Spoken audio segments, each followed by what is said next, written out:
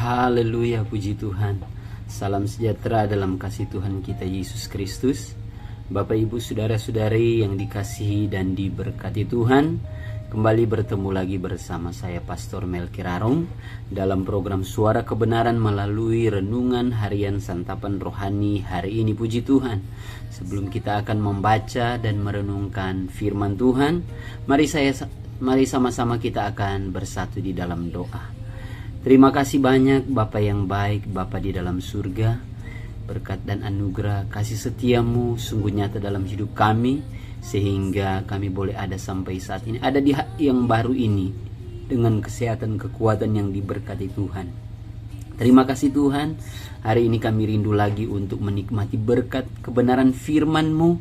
Berbicaralah bagi kami, tuntun hamba-Mu, kiranya Roh Kudus yang bersama-sama dengan kami, untuk kami dapat mengerti, memahami setiap maksud rencana kehendak Allah dalam hidup kami. Terpujilah nama-Mu ya Tuhan, kami berdoa bersyukur di dalam dan demi nama Tuhan Yesus Kristus. Haleluya, amin. Puji Tuhan, Bapak Ibu, saudara-saudari yang dikasihi dan diberkati Tuhan. Firman Tuhan dalam renungan harian santapan rohani hari ini terambil dalam Kitab Injil Matius pasal yang ke-25. Kitab Injil Matius pasal yang ke-25 ayat 1 sampai dengan ayat yang ke-13. Demikian firman Tuhan, gadis-gadis yang bijaksana dan gadis-gadis yang bodoh.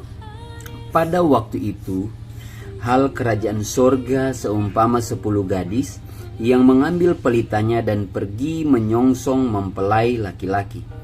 5 diantaranya bodoh dan 5 bijaksana.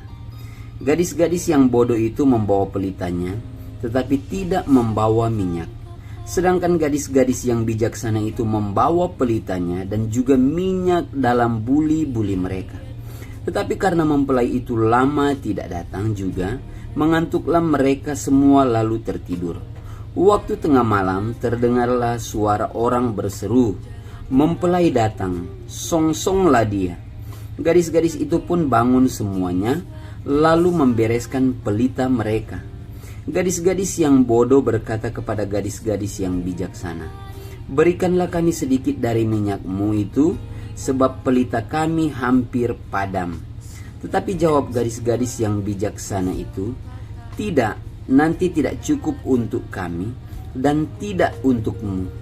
Lebih baik kamu pergi kepada penjual minyak dan beli di situ."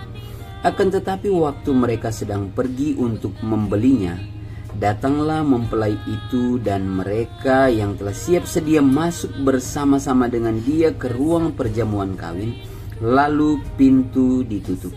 Kemudian datang juga gadis-gadis yang lain itu dan berkata, "Tuan, Tuan, bukakanlah kami pintu." Tetapi ia menjawab, "Aku berkata kepadamu, sesungguhnya aku tidak mengenal kamu. Karena itu, berjaga-jagalah, sebab kamu tidak tahu akan hari maupun akan saatnya." Puji Tuhan.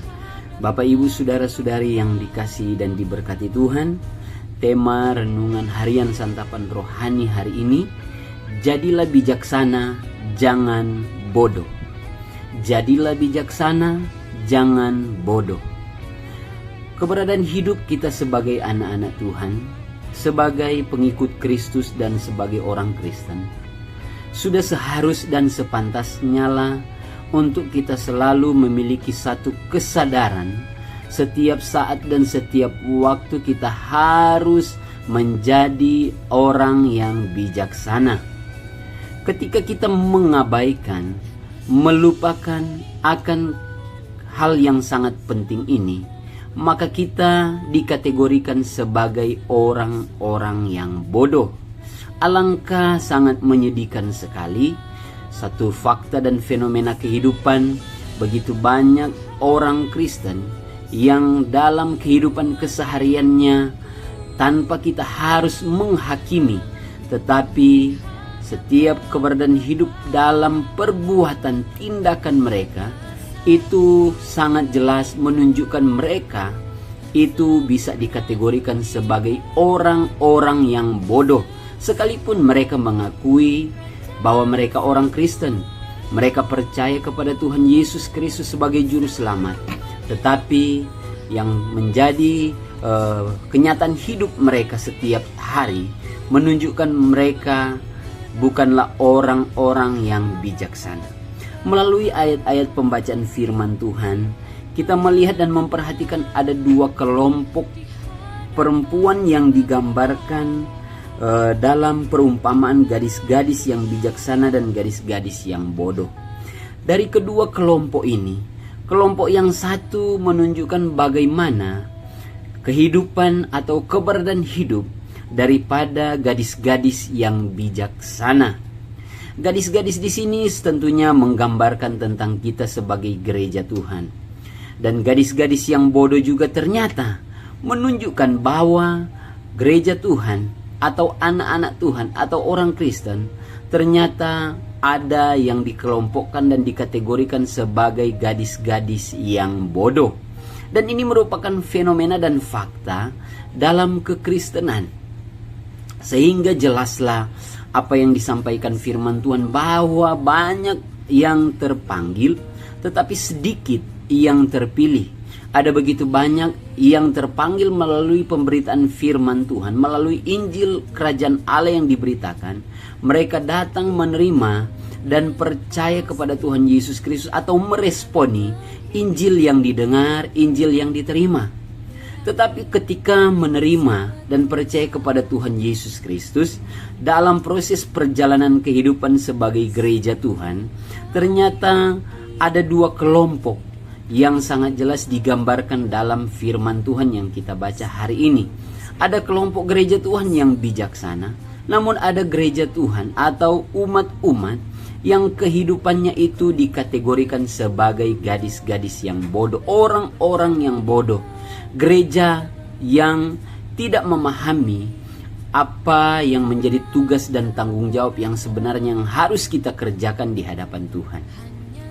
Bapak, Ibu, saudara-saudari yang dikasihi dan diberkati Tuhan, kita bisa melihat dan memperhatikan bagaimana gadis-gadis yang bijaksana yang harus kita teladani untuk kita ambil pelajaran penting melalui firman Tuhan itu harus teraplikasi dalam kehidupan kita setiap hari dan setiap saat.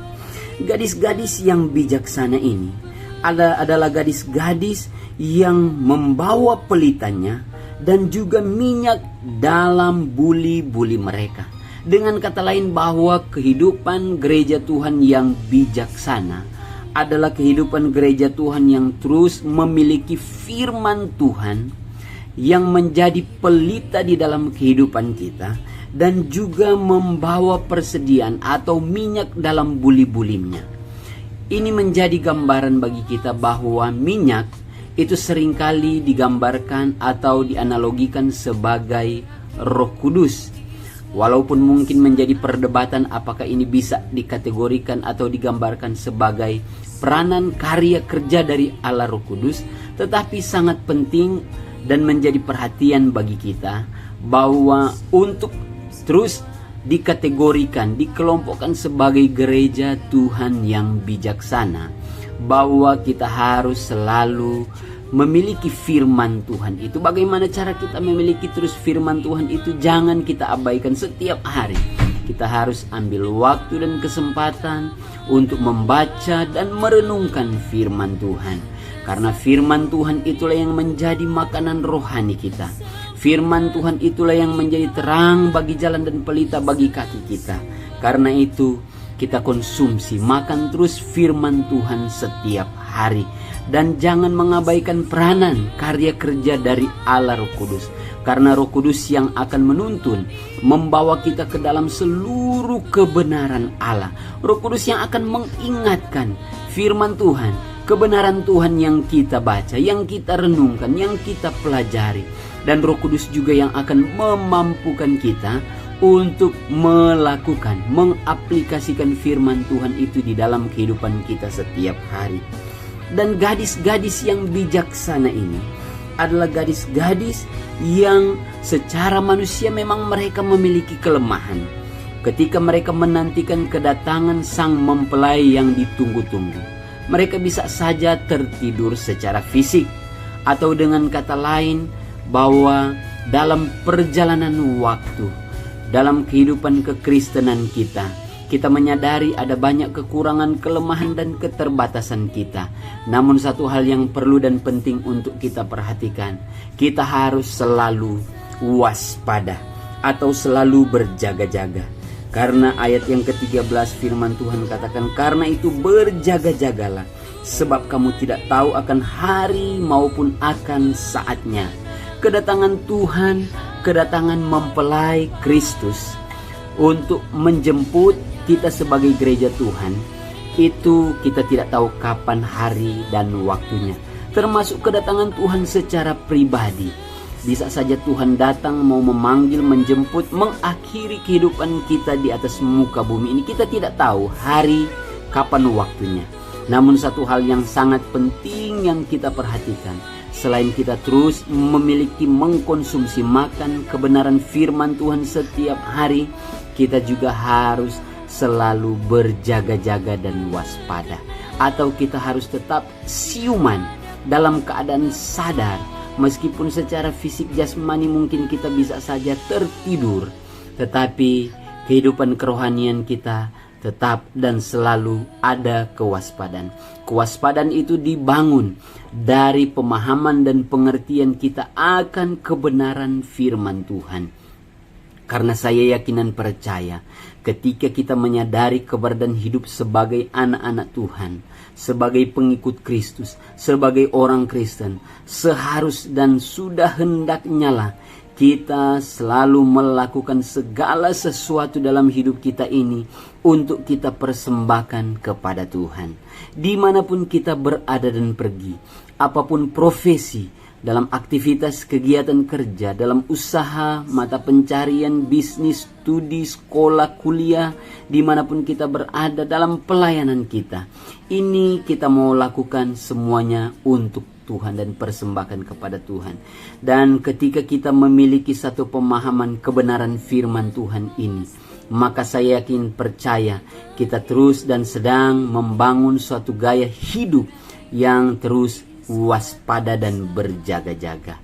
Karena alangkah berbahagianya ketika kita melakukan segala tugas dan pekerjaan pelayanan kita persembahkan kepada Tuhan, kemudian Tuhan datang pada kali yang kedua atau Tuhan menjemput kita secara pribadi, maka saya yakin dan percaya kita bisa dikategorikan, dikelompokkan sebagai gadis-gadis yang bijaksana, gereja yang bijaksana, yang terus mempersiapkan kehidupannya, menantikan kedatangan Tuhan, yang memiliki firman Tuhan, yang kita konsumsi, yang kita makan setiap hari. Jangan mengabaikan ini. Firman Tuhan itu menjadi kekuatan dalam kehidupan iman percaya kita. Bahkan firman Tuhan itu akan terus menguatkan dan menolong kita untuk menjalani kehidupan kita setiap hari. Berbagai peristiwa dan pengalaman hidup yang kita alami dan kita rasakan, kita mungkin mengalami keadaan begitu menyedihkan dalam pergumulan, dalam persoalan. Kalau kita memiliki firman, akan selalu ada penghiburan, akan selalu ada sukacita, akan selalu ada damai sejahtera. Karena di balik kebenaran firman Tuhan ada satu kekuatan yang besar, bahkan kita bisa mendapatkan jawaban, jalan keluar, kemenangan di balik segala hal yang kita alami melalui firman Tuhan. Dan Roh Kudus juga yang akan terus berkarya dan bekerja di dalam kehidupan kita untuk terus menuntun kita, membawa masuk ke dalam seluruh kebenaran Allah, mengingatkan firman Tuhan. Bahkan Roh Kudus juga yang akan selalu menginsafkan kita akan dosa. Ketika kita jatuh, ketika kita melakukan hal yang tidak layak dan tidak berkenan di hadapan Tuhan, Roh Kudus akan menolong kita untuk bangkit kembali, untuk datang kepada Tuhan, bertobat, dan kembali maju untuk menjadi anak-anak Tuhan yang setia, yang melakukan firman Tuhan, yang terus mempersembahkan yang terbaik bagi Tuhan. Maka saya percaya kita sedang dan akan terus membangun suatu kehidupan yang terus berjaga-jaga dan waspada. Jangan bodoh seperti gadis-gadis yang bodoh. Mereka punya pelita, tetapi mereka tidak ada persiapan minyak.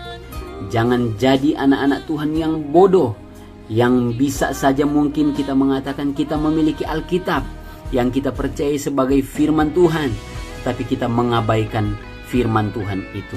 Seringkali Alkitab hanya menjadi pajangan di rumah kita.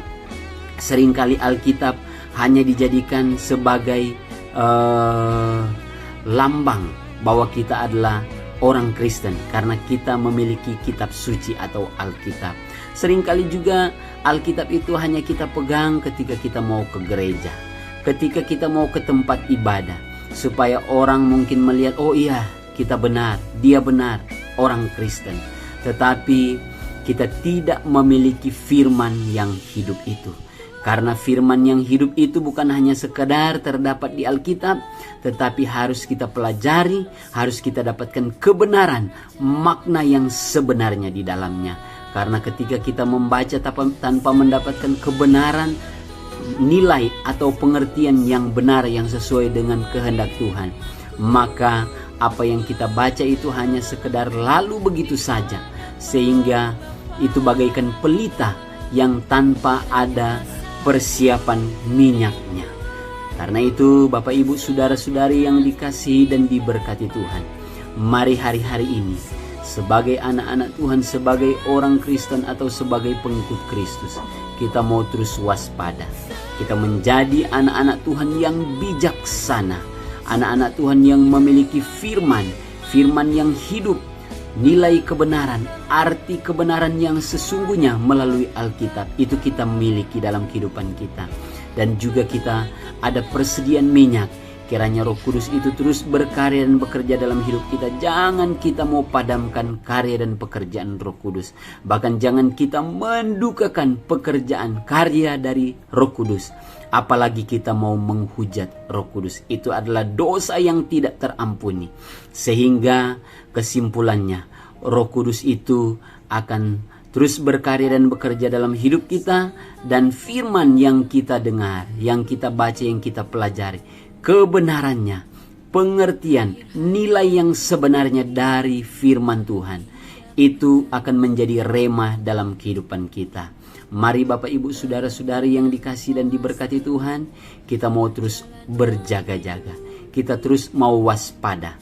Jangan jadi seperti gadis-gadis yang bodoh, gadis-gadis yang tidak memiliki persediaan dan persiapan yang sesungguhnya. Tapi jadilah gadis-gadis yang bijaksana, jadilah anak-anak Tuhan, gereja Tuhan yang bijaksana. Jangan terlena dengan kenikmatan dunia ini. Hari-hari ini begitu banyak orang Kristen yang terbuai dengan kenikmatan dunia. Baik kenikmatan yang bisa dimakan dan diminum, kenikmatan yang bisa dinikmati lewat pandangan mata yang memuaskan hasrat dan keinginan manusia ke daging semata-mata. Tetapi mari jangan abaikan firman Tuhan dan Roh Kudus. Firman Tuhan itu dekat dengan kita, ada di sekitar kita. Kita mau terus baca, renungkan, makan, konsumsi firman Tuhan setiap hari. Dan kita mau terus merendahkan diri, mau menikmati peranan karya dari Roh Kudus untuk terus menuntun, membawa kita masuk ke dalam seluruh kebenaran Allah dan memampukan kita untuk melakukan firman Tuhan itu teraplikasi dalam kehidupan nyata, dalam kehidupan konkret kita setiap hari dimanapun kita berada.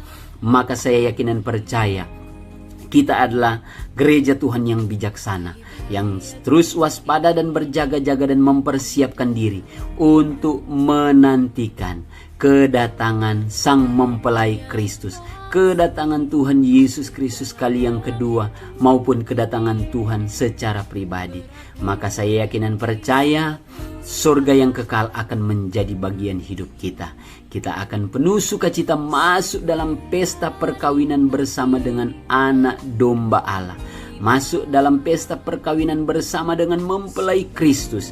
Kitalah mempelai wanita gereja Tuhan, gereja yang bijaksana, yang siap sedia untuk masuk dalam pernikahan yang kudus, dalam kerajaan surga yang mulia. Mari jadilah bijaksana, jangan bodoh. Tuhan Yesus menyertai dan memberkati kita selalu. Kita akan bersyukur, berdoa. Terima kasih banyak Bapa yang baik. Kami bersyukur dan berterima kasih karena hari ini kami telah diperdengarkan dengan kebenaran firman Tuhan. Biar kiranya firman Tuhan yang datang kembali mengingatkan dan mengajarkan kami untuk kami menjadi bijaksana, menjadi gereja Tuhan yang sungguh-sungguh waspada dan berjaga-jaga. Untuk kami mau selalu membaca, merenungkan, mengkonsumsi, makan firman Tuhan setiap hari. Dan berdoa memohon selalu Roh Kudus memampukan kami untuk menuntun dan membawa kami masuk ke dalam seluruh kebenaran Allah. Dan memampukan kami untuk melakukan firman Tuhan itu dalam kehidupan kami setiap hari. Kiranya kehidupan kami sebagai gereja Tuhan, kami tidak mau dikategorikan, dikelompokkan sebagai gereja Tuhan yang bodoh, seperti gadis-gadis yang bodoh. Tetapi kami mau menjadi gereja Tuhan, anak-anak Tuhan yang bijaksana, yang sungguh-sungguh memiliki pelita dan memiliki persiapan minyak. Dan kami mau hidup sesuai dengan firman-Mu. Mampukan kami ya Tuhan agar firman ini teraplikasi nyata dalam kehidupan kami dimanapun kami berada dan pergi. Kami sungguh-sungguh menjadi pelaku firman-Mu. Terpujilah nama-Mu ya Tuhan. Hari ini kami mau melaksanakan aktivitas hidup kami. Tuhan yang sertai, tolong campur tangan, bela dan memberkati. Pakai dan jadikan kami saluran berkat, saksi, alat bagi kemuliaan-Mu. Agar dimanapun kami berada, memberkati banyak orang, bahkan memenangkan jiwa-jiwa baru untuk mereka datang percaya, menerima dan mengakui Yesus Kristus Tuhan dan Juru Selamat. Kami sama-sama bertumbuh dalam pengenalan dan takut akan Tuhan, hidup sesuai seturut dengan kehendak Tuhan. Nama Tuhan selalu dipuji dan dipermuliakan. Tuhan yang memberkati kami selalu dengan berkat-berkat-Mu yang melimpah, baik berkat-berkat jasmani, berkat jiwani teristimewa, berkat-berkat rohani. Kami percaya Engkau Allah, Bapa Tuhan kami yang selalu mengerti dan peduli dengan apapun yang kami alami dan kami rasakan. Dan Engkau Allah yang akan terus menolong, menyertai, membela, melindungi dan memberkati hidup kami. Terpujilah nama-Mu ya Tuhan. Kami berdoa bersyukur di dalam dan demi nama Tuhan Yesus Kristus Juru Selamat kami. Haleluya, puji Tuhan. Amin. Bapak, Ibu, Saudara-saudari yang dikasihi dan diberkati Tuhan, jangan lupa dukung terus saluran channel YouTube Suara Kebenaran ini dengan cara mensubscribe. Jangan lupa untuk bagikan juga, share kepada banyak orang untuk diberkati lewat firman Tuhan. Dan jangan lupa untuk like dan tinggalkan komentar di kolom komentar. Tuhan Yesus memberkati kita semua. Shalom.